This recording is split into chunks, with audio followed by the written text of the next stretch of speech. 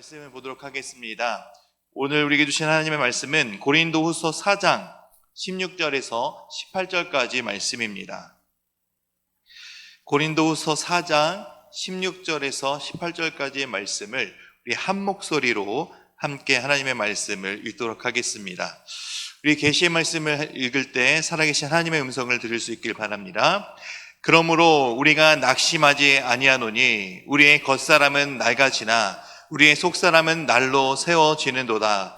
우리가 잠시 받는 환난에 경한 것이 지극히 크고 영원한 영광에 중한 것을 우리에게 이루게 함이니 우리가 주목하는 것은 보이는 것이 아니요 보이지 않는 것이니 보이는 것은 잠깐이요 보이지 않는 것은 영원함이라. 아멘. 하나님의 크신 복음의 능력을 경험한 사람들에게는 견고히 일어서는 존재가 있습니다. 그것은 바로 속사람입니다. 하나님을 향해 살아있는 내면적인 존재, 속사람.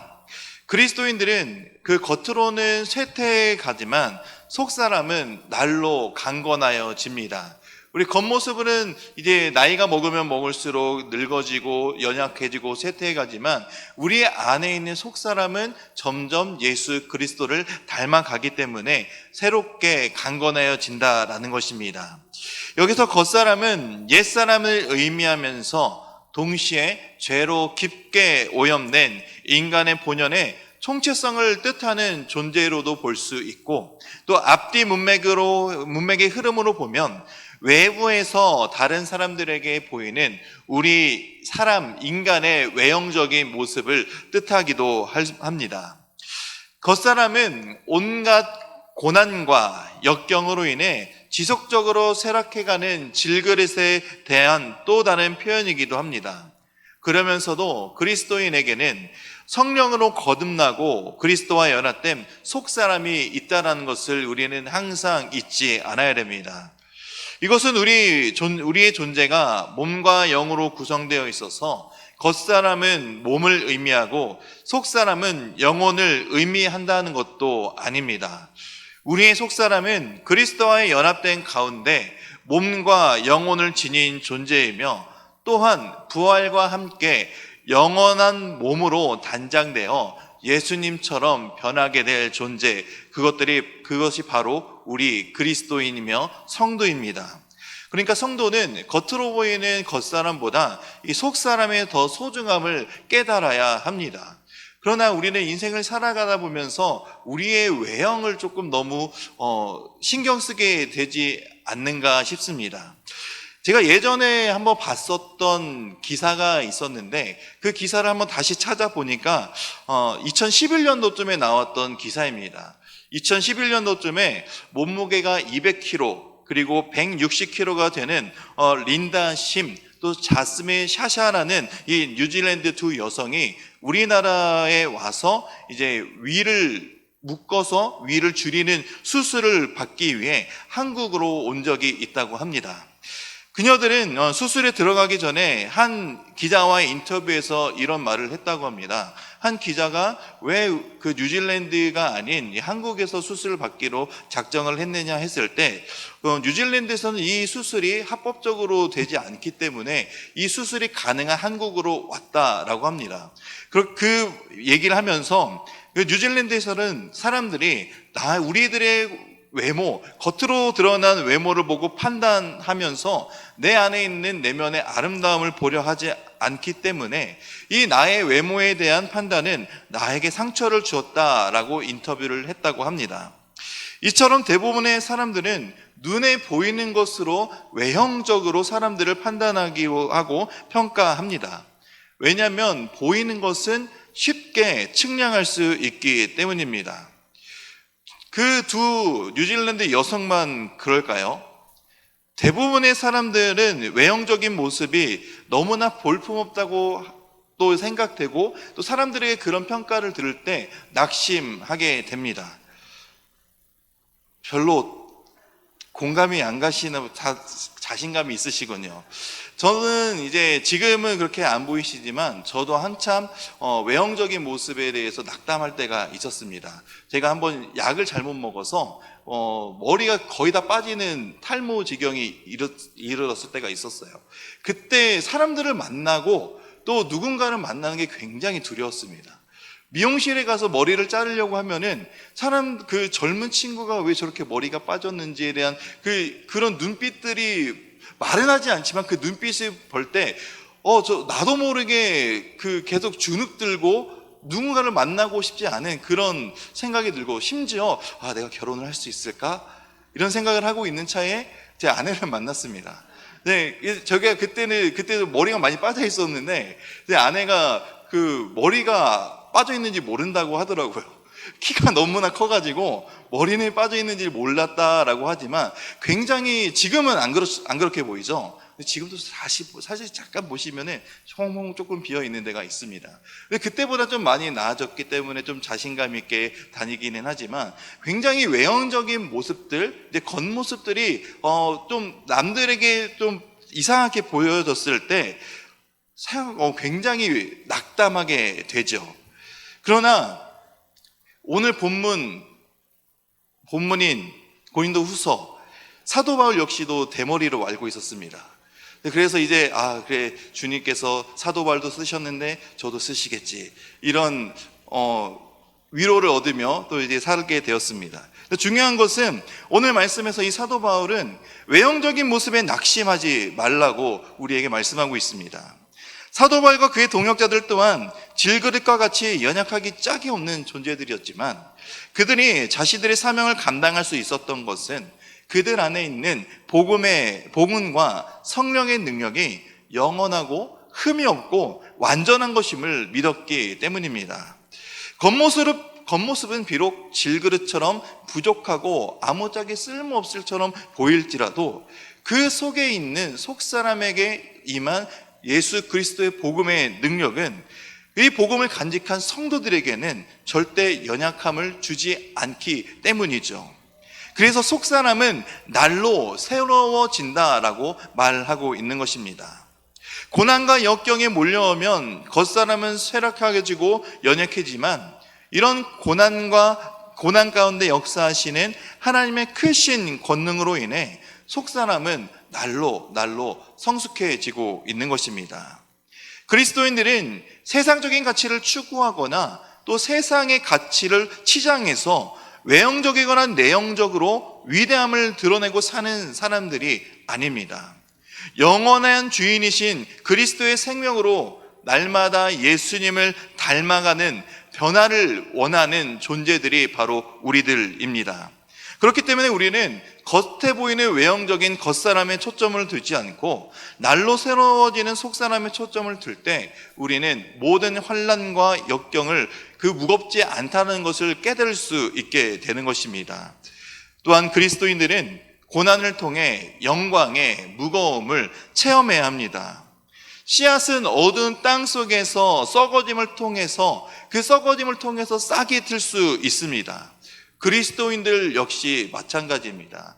세상의 어두운 역경과 고난이라는 이 땅 속에서 우리가 썩어져서 없어졌을 때 비로소 싹이 나는 씨앗처럼 우리의 영적인 상태도 마찬가지라는 것이죠. 우리에게 고난과 역경이 있어야지 우리의 속사람이 싹을 트고 움트고 또 자라며 열매를 맺을 수가 있게 되는 것입니다. 우리 17절 말씀을 다시 한번 읽겠습니다. 우리가 잠시 받는 환난에 경한 것이 지극히 크고 영원한 영광에 중한 것을 우리에게 이루게 함이니. 아멘. 17절에서는 영광의 무거움을 경험할 수 있는 필수 조건이 바로 이 고난에 있다라고 합니다. 그런데 고난에 있는데 이 고난이 가볍다라고 합니까? 무겁다라고 합니까? 가볍다라고 말씀하고 있죠. 이것은 바로 사도 바울이 자신이 겪었던 환난을 통해 깨달은 진리이기도 합니다. 바울은 그 누구보다 깊고 험하고 높은 고난과 환난을 경험했습니다. 바울이 복음을 전할 때 유대인들은 자신을 죽이려 했었고 또 모함하며 감옥에 가두려 했었고 또 실제로 감옥에도 갇혔으며 넘어지게 만들고 더 이상 복음을 전하지 못하도록 하기 위한 모든 상황에 놓여 있었죠. 그러나 바울은 자신이 복음을 전파하는 동안 항상 대적들에 둘러싸여 있었고 어려운 상황에 있었지만 그 공격들을 이겨낼 수 있었던 것은 바로 예수 그리스도 안에 있는 속사람이 날로 강건해졌기 때문입니다. 그러나 사도 바울 역시도 그 공격들이 얼마나 심했는지 고린도후서 1장 8절에서는 이렇게 말씀하고 있습니다. 형제들아, 우리가 아시아에서 당한 환난을 너희가 모르기를 원하지 아니하노니 힘에 겹도록 심한 고난을 당하여 살 소망까지 끊어지고, 얼마나 그 고난과 역경들이 너무나 힘들었는지 사도 바울은 살 소망까지 끊어질 정도로 너무나 힘들었다라고 고백합니다. 보통의 많은 사람들은 이런 고난과 박해, 어려움을 당하게 된다면 좌절하고 또 넘어져서 일어나지 못하고 오히려 포기하게 되는 그런 심정까지 느껴지게 될 것입니다. 그러나 바울은 이러한 혹독한 박해와 환난에도 불구하고 넘어지지 않고 오히려 다시 일어설 수 있었던 것은 사도 바울 안에 자기를 살리시고 부활하신 예수 그리스도를 향한 복음의 열정, 그리고 복음의 사랑이 있었기 때문이었습니다. 그렇기 때문에 자신이 어떠한 위협에 놓여 있었을지언정 그는 온 세상에 복음이 전파되도록 복음 전도를 위한 그의 모든 삶을 바칠 수 있었던 것입니다. 바울 역시 연약하기 때문에 이런 압박에 의해서 당연히 굴복할 수밖에 없는 존재였지만 하나님께서는 사도 바울이 고난을 겪을 때마다 자기 속에 계신 강력한 성령 하나님의 능력과 보호를 수없이 체험하고 경험함으로 자신의 연약함 그리고 또한 동시에 강함을 경험하는 역설적인 삶을 살 수 있게 하셨던 것입니다. 이 세상이 끝이라고 생각되어지는 그 어둠 속에서 새로운 빛이 들어오는 것을 경험할 수 있었던 것, 그것은 바로 사도 바울 안에 있는 속사람, 바로 예수 그리스도의 그 능력이 사도 바울 가운데 임했기 때문입니다. 바울은 자신 안에서 빛을 발하시는 하나님의 영광을 친히 경험했던 것입니다. 그 영광에 대한 경험이 얼마나 놀라웠는지 17절의 말씀처럼 영원한 영광의 그 무거움에 비하면 현재의 환난은 아주 가볍다라고 말하고 있는 것입니다. 우리 역시 사도 바울처럼 이런 고백을 할 수 있음을 믿으시기 바랍니다. 각자 자신에게 닥치는 시련과 환난을 경험하면서 고난과 어려움이 속사람을 새롭게 하며 결국엔 우리 자신을 한층 더 그리스도의 형상으로 만들기 위한 하나님의 은혜의 섭리인 연단임을 깨달아야 됩니다. 그리고 우리가 이러한 그 하나님의 연단 가운데 있다는 사실을 늘 믿고 기억했을 때, 그리고 그 영광의 위험에 사로잡혔을 때 우리에게 닥친 현재의 고난은 너무도 하찮게 보이게 될 것입니다. 왜냐하면 하나님의 그 도우심의 큰 손길이 그 고난보다 더 크다라는 것을 경험하고 체험할 수 있게 되기 때문입니다.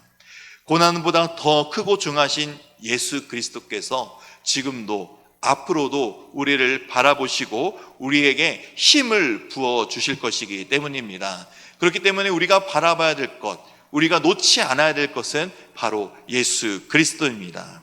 현재의 고난은 장차 우리에게 나타날 영광과 좋게 비교할 수 없음을 우리는 늘 믿으며 이것을 놓지 않고 살아가야 됩니다. 이것이 가능한 것은 우리에게 주신 구원의 은혜를 날마다 되새기고 묵상하며 그 은혜에 만족하며 살아가는 것이다 라고 생각합니다. 언제 우리는 예수 그리스도를 믿으셨습니까? 예수님께서 나를 위해 죽으시고 부활하신 그 시기가 언제이십니까? 우리는 그 시기, 정확한 시간과 때는 알 수 없지만, 기억이 안 날 수 있지만 분명한 것은 우리에게 찾아오신 예수님을 우리는 만났다라는 것입니다. 그 예수님을 처음 만났을 때 나 자신의 그 더럽고 추하고 그 어쩔 수 없는 그 더러움을 예수님께서 나를 위해 내 죄를 씻으시기 위해 죽으셨다는 사실, 또 그 부활하셨다는 그것을 믿으며 우리는 날마다 주님께서 주신 그 복음의 은혜를 계속해서 살아가야, 놓치지 않고 살아가야 된다는 것입니다. 처음 예수님의 사랑을 깨닫고 절망적인 죄의 늪에서 우리를 건져주신 그 사랑을 우리가 다시 한번 생각하고 놓지 않는다면 우리의 삶에 다가오는 그 어떠한 고난과 환난 속에서도 나 혼자 있는 것이 아닌 예수님께서 나와 함께 하신다는 것을 깨닫게 될 것이기 때문입니다. 이 땅에서 환난과 역경 속에 살고 있을지라도 장차 이 땅에 다시 오실 그 영광의 날을 기대하고 산다면 현재 우리가 맞이하고 있는 어려움은 아주 작고 가볍게 느껴질 것입니다. 물론 비록 우리가 지금 닥쳐 있는 그 상황이 정말 중하고 어렵고 헤어나올 수 없는 것처럼 느껴질 수도 있지만 시간이 지나면 그때 하나님이 이렇게 인도하셨구나, 하나님이 이렇게 나와 함께 하셨구나라는 것을 훗날 깨달을 수 있게 될 것입니다. 우리가 그 훗날 깨닫기보다 더 중요한 것은 지금 나와 함께 하시는 그 하나님이 겉모습이 아닌 우리의 속사람을 날로 강건하게 해주신다라는 사실을 우리는 잊지 않아야 됩니다. 그러니 우리가 주목하여 살 것이 무엇이겠습니까? 눈에 보이는 것이 아니라 보이지 않는 것을 주목하고 살아야 됩니다. 우리 성도들은 시몬법으로 세상을 살아가야 합니다. 산수와 그림을 그리는 방법에 있어서 평원법과 시몬법이라는 방법이 있습니다. 평원법은 자신이 있는 곳에서 다른 곳을 바라보면서 그리는 기법이고, 시몬법은 높은 곳에서 아래를 내려다보면서 그리는 기법입니다. 이것을 우리의 믿음의 관점과 연결해서 생각해 볼 수 있습니다. 우리는 세상을 그대로 보지 못하고 우리 자신의 모습 속에서 세상을 바라보게 됩니다. 왜냐하면 우리는 각자 나름의 인생을 살아오면서 경험해온 경험치라는 렌즈를 통해서 우리의 삶을 바라보기 때문입니다. 우리의 모든 것이 세상적인 것에 강력하게 집착하고 있다라고 한다면 이 세상만이 전부인 것처럼 보일 수가 있습니다. 이것이 바로 이 세상을 평원법적으로 바라보는 것입니다. 그러나 반대로 고난의 심연 속에서 하나님의 세계와 섭리를 경험하고 영광을 경험하다 보면 보이지 않는 믿음으로 영원의 것을 바라보게 되는 것입니다. 그리고 그 영원에 깃든 영광의 무거움을 중한 것을 꿈꾸게 됩니다. 이와 같이 성숙한 그리스도인들은 평원법으로 세상을 바라보는 것이 아니라 하나님의 시선과 하나님의 믿음의 시선으로 바로 시몬법적으로 세상을 바라보게 되는 것입니다. 보이지 않지만 실제하는 것, 그것이 무엇입니까? 바로 하늘 소망입니다. 그리고 그 속에 깃든 하나님의 영광의 나라를 바라보는 삶이 바로 성도인 우리들의 삶이 되어야 합니다. 보이지만 영원하지 못하고 없어져 버릴 세상의 것에 주목하는 것이 아니라 보이지 않지만 영원한 하나님의 나라를 주목하며 살아야 합니다. 우리의 겉사람은 눈으로 보이지만 우리의 속사람은 눈에 보이지 않습니다. 그러나 우리의 내면 속에 있는 그 속사람은 날로 우리에게 부어주시는 예수 그리스도의 능력으로 어제보다 오늘보다 내일이 날로 예수 그리스도를 닮아가게 된다는 사실을 우리는 잊지 않아야 됩니다. 교회에 나오며 예배하는 것 같지만 여전히 세상의 것에 주목하며 세상에 속한 자처럼 살아가고 있는 성도들도 생각보다 많이 있습니다. 세상의 관점에서는 외형적인 것들, 그리고 직접 보이는 것들만 중요하다고 생각합니다. 이런 사람들은 주변에 고난을 당하는 사람들이 있다면 하나님이 하시는 일을 보는 것이 아니라 사람의 잘못부터 따지고 들어가게 됩니다. 우리 여태까지 그 새벽에 봤던 욥기에서 욥의 세 친구들이 바로 겉으로 드러났던 그 욥에 닥친 불행한 일 때문에 욥을 판단했던 것처럼 말이죠. 그들은 참된 위로를 전하지 못하는 자들이 될 뿐만 아니라 자기 자신이 주목했던 세상의 것들이 자기의 삶에서, 인생에서 사라지게 된다면 깊은 절망으로 떨어지고 하나님을 붙드는 것이 아니라 하나님을 원망하며 불평하기 시작하게 될 것입니다. 그러나 겉사람이 아닌 속사람이 성숙해지면서 이 시몬법적으로 세상을 바라보고 살아가는 그리스도인들은 세상에 있는 것들을 애착하고 바라보고 쫓아가는 것이 아니라 보이지 않는 영혼의 것, 바로 하나님께서 우리에게 주신 그 소망과 희망을 가지고 살아가게 된다는 사실을 우리는 늘 기억해야 합니다. 고난도 환난도 영원할 것 같지만 잠깐입니다.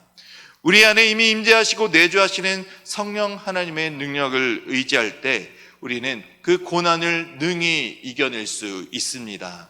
우리는 세상의 것을 쫓아가서는 안 됩니다. 우리에게 영원한 능력을 주신 바로 하나님의 소망과 능력을 쫓아가며 바라보며 살아가야 됩니다. 평온법으로 세상을 바라보는 사람들은 고난과 환난을 벗어나려고 발버둥 칠 수도 있습니다. 그러나 우리의 믿음을 시몬법으로 바라보는 성도들은 고난과 역경이 전혀 무겁지 않고 오히려 그 환난의 가벼움이 영광의 중함을 이루게 되는 것을 믿으며 살아가게 됩니다.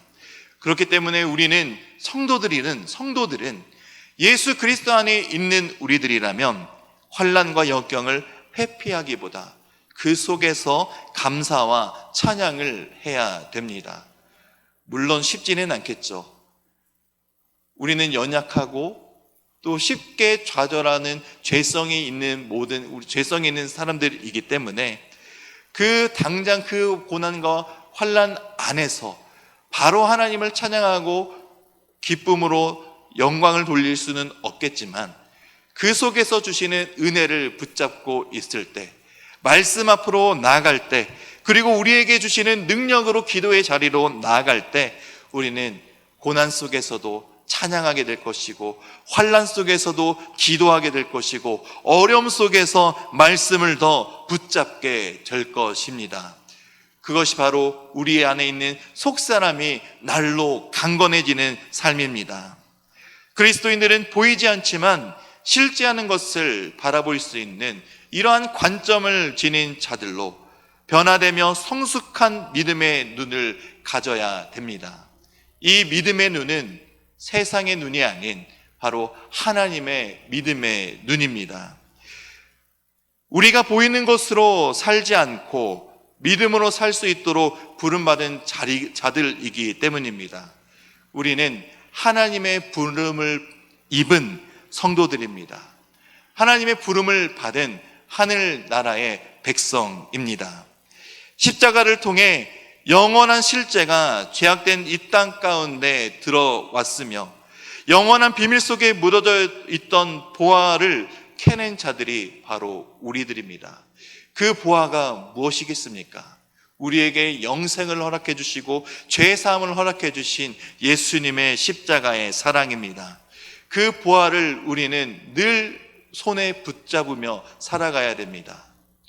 그래서 우리는 믿음의 눈으로 보이지 않는 것들을 바라보며 우리의 겉사람이 쇠퇴할수록 세상 사람들과 다른 가치관을 살아야 합니다.